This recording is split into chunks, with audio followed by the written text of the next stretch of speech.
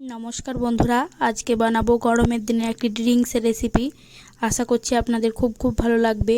আমি আজকে বানাবো ম্যাঙ্গো শেক বানাতে খুব বেশি উপকরণ লাগে না, অল্প উপকরণ দিয়ে খুব সুস্বাদু একটা ড্রিঙ্কস তৈরি হয়ে যাবে। দেখতে থাকুন পুরো ভিডিওটি, আশা করছি খুব ভালো লাগবে। এখানে আমি 1 লিটার দুধ নিয়ে নিয়েছি ও সেটা জাল দিতে শুরু করে দিয়েছি। এখানে আমি 2 চামচ আমুল দুধ, গুঁড়ো দুধে গুলিয়ে নিয়েছি, সেটাকে মিশিয়ে দিচ্ছি। এই দুধটার মধ্যে স্বাদ মতো চিনি দিয়ে খুব ভালোভাবে ফুটিয়ে ঘন করে নেব দুধটা খুব ভালো মতো ঘন হয়ে গেলে গ্যাসটাকে অফ করে দিয়ে দুধটাকে অনবরত গোলাতে থাকবো যাতে খুব তাড়াতাড়ি ঠান্ডা হয়ে যায়। দেখুন গ্যাস অফ করে দিয়েছি।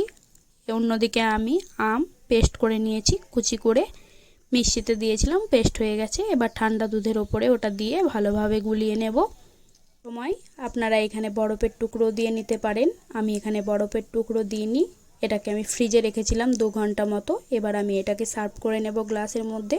দেখলেন তো বন্ধুরা, কত কম উপকরণ দিয়ে এত সুন্দর একটা রেসিপি তৈরি হয়ে গেল। গরমের দিনের ড্রিঙ্কসের রেসিপি খুব সহজ ও সাধারণ ও খুব সুস্বাদু খেতে হয়। ওপর থেকে আমি আম কুচি করে রেখেছিলাম, সেগুলো দিয়ে দেব। দেখুন বন্ধুরা কত সুন্দর দেখতে লাগছে। আশা করছি আপনাদেরও ভালো লাগবে। একবার বানিয়ে খাবেন। ভালো থাকবেন, সুস্থ থাকবেন। আবারও দেখাবেন নেক্সট ভিডিওতে।